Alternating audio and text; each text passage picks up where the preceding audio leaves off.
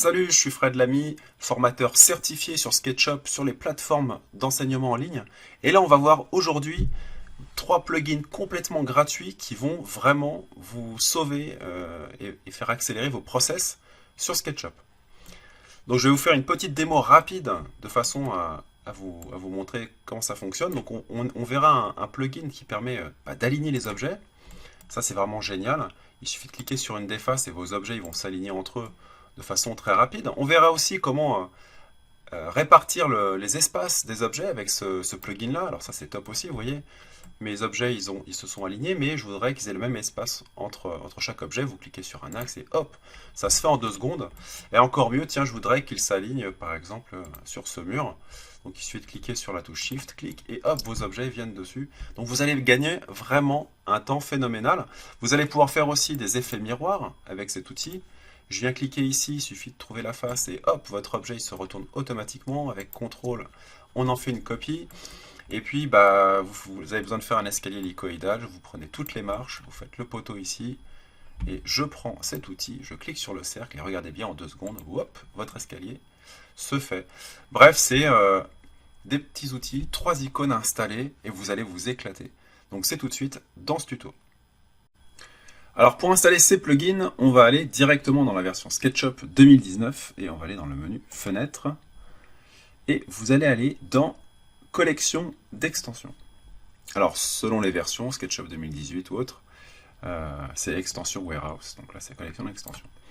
Alors la gamme des plugins s'appelle Curic, C-U-R-I-C. Voilà, donc si vous tapez Curic, vous allez sans doute en trouver déjà un dans la liste. Voilà, Curie Aligne. Donc nous on cherche Curie Aligne, Space et Mirror. Donc vous voyez, hop, il y en a un ici. Donc déjà je vais installer celui-ci, Curie Aligne. Alors il vous faudra un identifiant mot de passe pour pouvoir télécharger le plugin, sinon ça ne marchera pas. Et vous faites installer. Voilà, oui, j'accepte. Et c'est fait. Ensuite, on va là en installer un autre. Donc on retourne en arrière. On va aller chercher le miroir. Curic Mirror. On y va, on installe. Oui. Ok. L'extension a été installée. Et puis on va chercher Curic Space ici.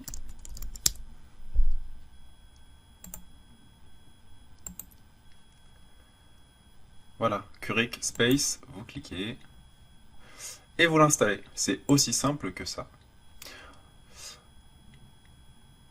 Alors, cette extension n'a pas été marquée compatible. Non, mais ça marche quand même. Hop, on installe quand même. Il n'y a pas de souci. Oui, bien sûr. L'installation a été, hop, installée avec succès. Alors, on va aller chercher maintenant nos barres d'outils. Affichage barres d'outils. Ici, elles ne sont pas là, donc je vais aller les activer dans le gestionnaire d'extensions. Voilà, elles sont activées. Curic, hop, Mirror, Space. Voilà, et elles vont apparaître dans mes barres d'outils. Hop, ici, Curic, Curic, Curic. Et voilà. Donc voilà, c'est très simple, et je vais aller les coller ici. Voilà, donc ça c'est pour la partie installation, on va tout de suite voir comment ça fonctionne. Alors on va installer, hop, ici, la petite barre d'outils dans le coin, en tout cas on va la placer, pardon, on va utiliser le premier plugin miroir. Alors lui, il est super intéressant et fonctionne très bien. Alors, en fonction des barres d'outils que vous avez déjà vous, moi j'ai la JHS Power Bar, il y a déjà un effet miroir qui existe ici. Mais là je trouve qu'il est vraiment simplifié. Alors je vais prendre un exemple tout bête.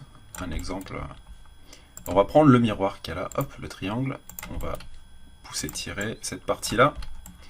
Je sélectionne ma forme géométrique, volume, vous cliquez sur cet outil, Mirror Object, et en touchant la face qui vous intéresse, que ce soit verticale ou bien horizontale, vous voyez, déjà il vous met en pointillé la forme qui va être retournée en mode miroir.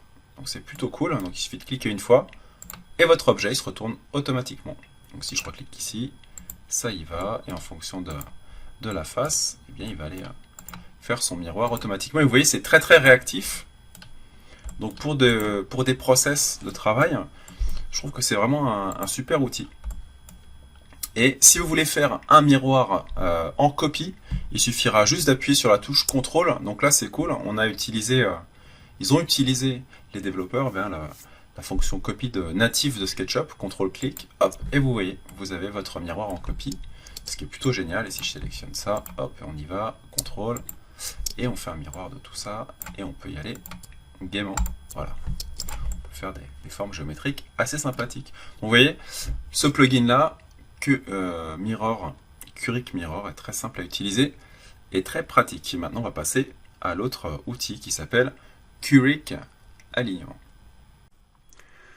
Alors, dans SketchUp, c'est vrai que si vous installez pas de plugin pour aligner les objets, c'est un peu long, surtout si vous avez des tâches répétitives. Eh bien, regardez bien, grâce à ce nouveau plugin, ici, Curic Alignement d'objets, c'est vraiment génial. D'ailleurs, le logo est identique au logo que vous avez sur les produits Adobe.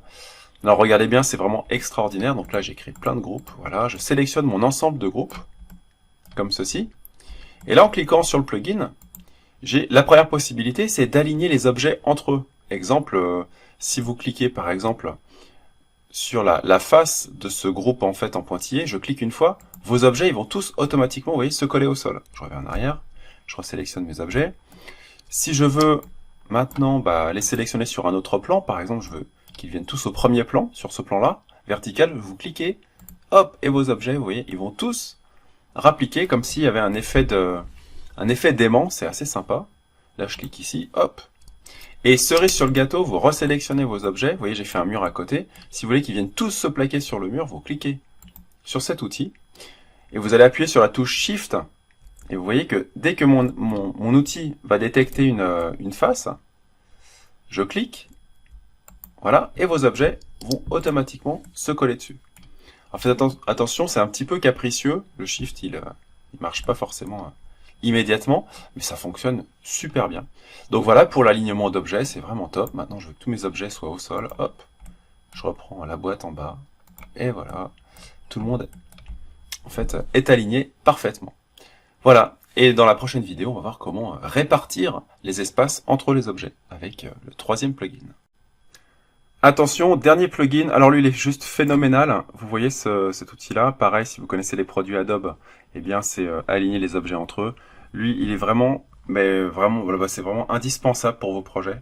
Vous allez voir, dès que vous allez l'utiliser, vous allez plus vous en passer. Par exemple, vous voyez ces 4 objets, je les sélectionne, les objets qui sont au sol. Vous cliquez une fois dessus.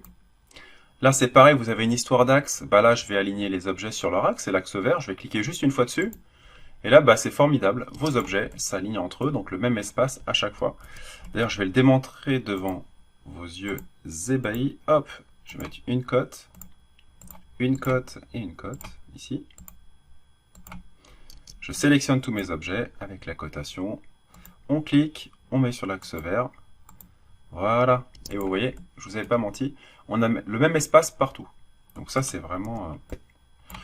La cerise sur le gâteau, c'est vraiment un outil de folie. Exemple, je sais pas, je vais dessiner un rectangle au sol avec une petite épaisseur. Je crée un composant. Voilà. Mon objet, eh bien, je vais cliquer ici sur Space Object. Je clique une fois dessus. Là, je veux un nombre de copies en plus. Il va gérer le nombre de copies de départ. Donc, je voudrais 10 objets. Voilà, 10, OK. Vous cliquez sur l'axe bleu. Et puis, vous allez rentrer l'espace qu'il y a entre le point de milieu de chaque objet. C'est-à-dire qu'il faut calculer l'épaisseur de votre objet plus un espace. Donc, je sais pas, là, je vais mettre 20 et entrée. Et vous voyez, il va vous mettre un espacement, celui que vous avez créé, plus 1, 2, 3, plus le nombre de copies que vous aviez créé au départ. OK? Donc, pour ça, je vais recommencer avec un exemple paramétré. C'est-à-dire, je vais dessiner un rectangle qui fait 100 par 25 au sol, avec une épaisseur de 10. 10 et entrée. Voilà. Donc là, on a des cotations, hop, ici, qui vont nous permettre de calculer, vous voyez, de voir l'épaisseur de l'objet, donc il fait 10 en hauteur, etc., etc. Donc là, je vais faire la même chose, je voudrais 10 éléments verticaux, donc je vais cliquer ici, j'en veux 10, ok. Et puis l'espacement, donc ça va être la hauteur de mon objet, 10 plus, si je veux un espacement de 10, je vais mettre 20. Donc 20 et entrée. Voilà. Alors il faut cliquer sur l'axe. Voilà, 20 et entrée. Et vous voyez, automatiquement, j'ai un espacement entre les deux de 10. Voilà. Et c'est pas le plus fort, c'est-à-dire que ça c'est déjà très bien, mais ce qui est génial, c'est qu'en fait, à tout moment, et là on va rejoindre les réseaux par exemple dans AutoCAD, chose qui manquait cruellement à SketchUp. Moi c'est un truc qui qui me manque vraiment quand on connaît AutoCAD, c'est que vous reprenez cette série d'objets, vous recliquez ici, et là en cliquant sur l'axe bleu, vous pouvez modifier l'espace entre les objets. Par exemple, finalement, je voulais pas 20, je veux 25, donc 25 est entré. Et vous voyez, il va modifier en fait, en temps réel, l'espacement des objets. Et ça, c'est vraiment génial. Je reviens en arrière.